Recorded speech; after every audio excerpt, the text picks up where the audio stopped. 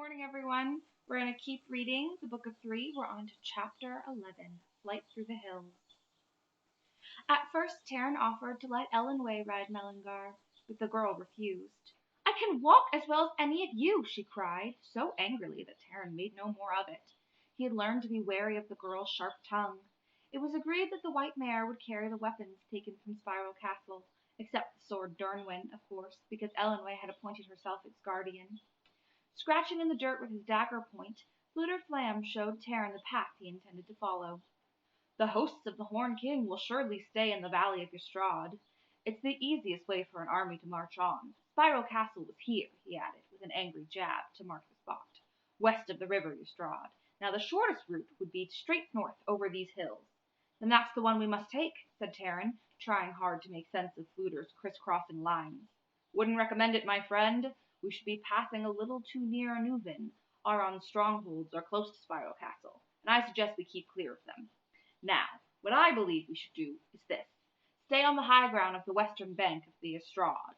We can go quite directly, since we needn't follow the valley itself. That way we can avoid both Anuvin and the Horned King. The four of us can move faster than a heavily armed warrior. We shall come out well ahead of them, not too far from the Caer Dothel.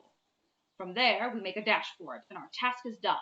Fluter straightened up, beaming with satisfaction. There you have it, he said, wiping the dirt from his dagger. A brilliant strategy. My own war leader couldn't have arranged it better. Yes, said Taryn, his head still muddled with the bard's talk of high ground and western banks. That sounds very reasonable. They descended to a broad, sun-swept meadow.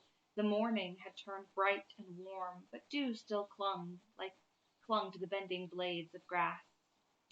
At the head of the trap. Why do I always film these before I've had my morning coffee? At the head of the travelers strode Fluter, stepping out briskly along his spindly shanks. The harp jogged on his back, and his shabby coat was rolled over his shoulders.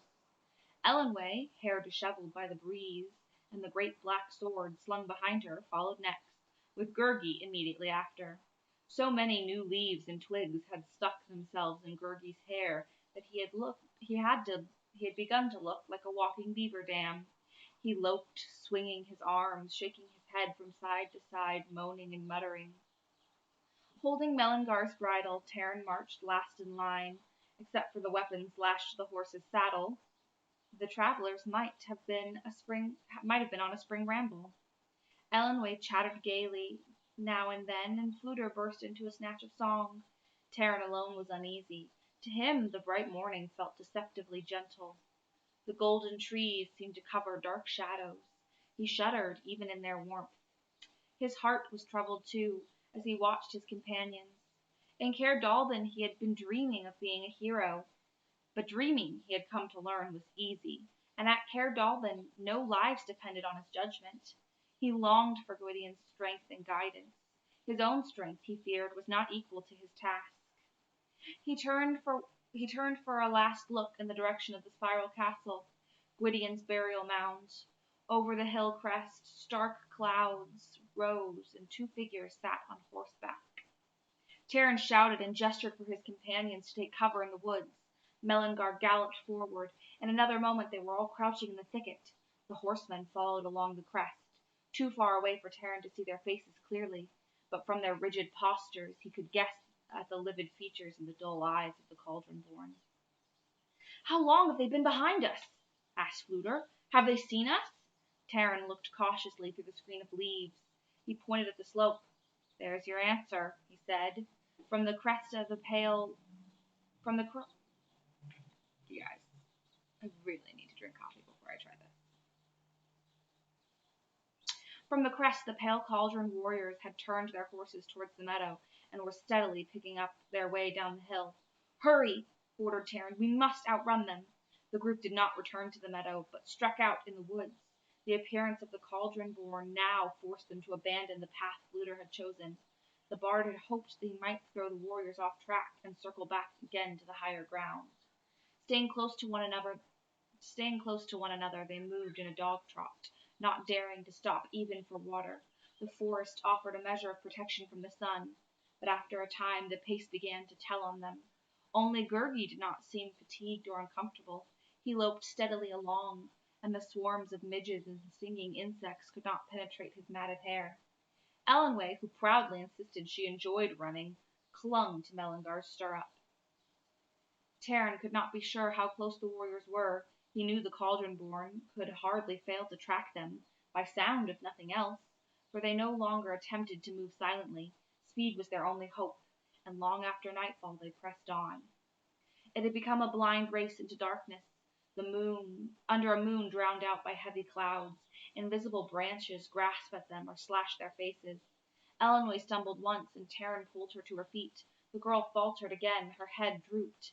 Taran unstrapped the weapons from Melangar's saddle, and shared out the burden with Fluter and Gurgi, and hoisted the protesting Elenway onto Melangar's back. She slumped forward, her cheek pressed against the golden mane. All night they struggled through the forest, which grew denser the closer they approached Ystrad Valley.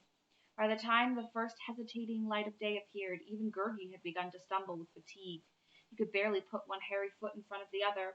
Elenway had fallen into a slumber so deep that Taran feared she was ill. Her hair lay bedraggled and damp on her forehead. Her face was pallid. With the bard's help, Taran lifted her from the saddle and propped her against a mossy bank. When he ventured to unbuckle the cumbersome sword, Elenway opened one eye and made an irritated face, and pulled the blade away from him, with more determination than he had expected. "You never understand things the first time," Elenway murmured, with her grip firm on the weapon. "But I imagine assistant pig-keepers are all alike. I told you before you're not to have it, and now I'll tell you for the second time. Or is it the third or fourth? I must have lost count." Saying so, she wrapped her arms around the scabbard and dropped back to sleep. "We'll rest here," said Taran to the bard, "if only for a little while." "At the moment," groaned Fluter, who had stretched out his full length with his toes and nose pointing straight into the air, "I don't care who catches me. I'd welcome Iran himself, and ask whether he had any breakfast with him." "The Cauldron-born might have lost track of us during the night," Taran said hopefully, but without great conviction. "I wish we knew how far behind we left them, if we've left them behind at all." Gurgi brightened a little. "Clever Gurgi will know," he cried, "with seekings and peekings." In another moment Gurgi was halfway up a tall pine. He clambered easily to the top and perched there like an enormous crow, scanning the land in the direction that they had traveled. Meanwhile, Taran opened the saddlebags. So little food remained that it was hardly worth dividing. He and Fluter agreed to give Elenway the last of the provisions. Gurgi had scented the food, even at the top of the pine, and he came scuttling down, snuffling eagerly at the prospect of his crunchings and munchings. "Stop thinking about eating for a moment," Taran cried. "What did you see?" "Two warriors are far, but Gurgi sees them. Yes, yes, they are riding, full of wickedness and fierceness. But there is time for small crunchings," Gurgi pleaded. "Oh, very small for clever, valiant Gurgi." "There are no more crunchings," Taran said. "If the Cauldron-born are still on our heels, you'd better worry less about food and more about your own skin." "But Gurgi will find munchings very quickly. Oh yes, he is so wise to get them, to comfort the bellies of great noble lords, that they will forget poor Gurgi, and not even give him snips and snaps for his eating." After a hurried discussion with Fluter, who looked as ravenous as Gurgi, Taran agreed they might take a little time to search for berries and edible roots. "Quite right," said the bard. "Better to eat while you can now, better to eat now, while the Cauldron-born give us a chance to do it. I shall help you. I know about foraging in the woods. Do it constantly." The harp tensed with one string, showing signs of giving way. "No," he added quickly, "I'd better stay with Elenway. The truth is, I can't tell a mushroom from a toadstool. I wish I could. It would make life of a wandering bard considerably more filling." With cloaks in which to carry back whatever they might find, Gurgi and Taran set off. At a small stream, Taran halted to fill Gwydion's leather water flask. Gurgi, sniffing hungrily, ran ahead and disappeared into a strand of rowan. Near the bank of the stream, Taran discovered mushrooms and gathered them hurriedly. Bent on his own search, he paid little heed to Gurgi until suddenly he heard anguished yelps from behind the trees. Clutching his precious mushrooms, Taran hasted to see what had happened, and came upon Gurgi lying in the middle of the grove, writhing and whimpering, a honeycomb beside him. At first, Terran thought Gurgi had gotten himself stung by bees, but then he saw the creature was in more serious trouble. While Gurgi had climbed for the honey, a dead branch had snapped under his weight, and his twisted leg was pinned to the ground with heavy wood on top of it. Terran heaved the branch away. Panting, Gurgi shook his head. Poor Gurgi's leg is broken, he moaned. There will be no amblings and ramblings for him now. Terran bent and examined the injury. The leg was not broken, though badly torn and swelling rapidly. Now Gurgi's head must be chopped off, the creature moaned. Do it, great lord. Do it quickly. Gurgi will squeeze up his eyes so he will not see the hurtful lashings. Terran looked closely at Gurgi. The creature was earnest. His eyes pleaded with Terran. Yes, yes, cried Gurgi, now, before the silent warriors arrive. Gurgi is better dead at your sword than their hands. Gurgi cannot walk. All will be killed with fearful smitings and bitings. It is better. No, Terran said. You won't be left in the woods, and you won't have your head chopped off, by me or anyone else. For a moment, Terran almost regretted his words. The poor creature was right, he knew. The injury would slow their pace, and Gurgi, like all of them, would be better off dead than in Iran's grasp. Still, Terran could not bring himself to draw his sword.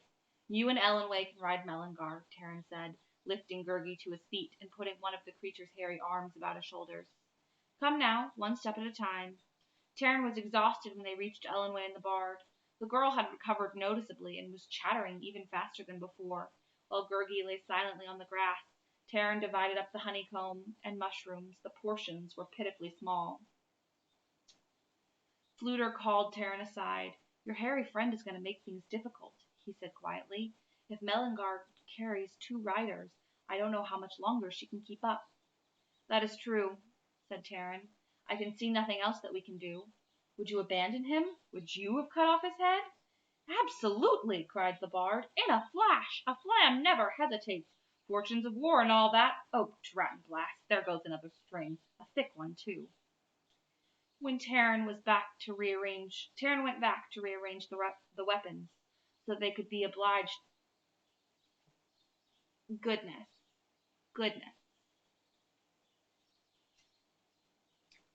When Terran went back to rearrange the weapons they would now be obliged to bear, he was surprised to find a large oak leaf on the ground before his cloak. On the leaf lay Gurgi's tiny portion of honeycomb. For the great lord, Gurgi murmured. Gurgi is not hungry for crunchings and munchings today. Terran looked at the eager face of Gurgi. For the first time, they smiled at one another. Your gift is generous, Terran said softly, but you travel as one of us, and you will need all your strength. Keep your share. It is yours by right, and you have more than earned it. He put his hand gently on Gurgi's shoulder. The wet wolfhound odor did not seem as objectable as before. And that is the end of chapter 11. I apologize for all the stumblings. I need a big old cup of coffee and some breakfast. I think I'm going to make banana waffles for breakfast. What are you guys having for breakfast? I will see you next time for another chapter. Until then, stay happy and stay safe. I hope you're enjoying this as much as I am. Have a good day, guys. Goodbye.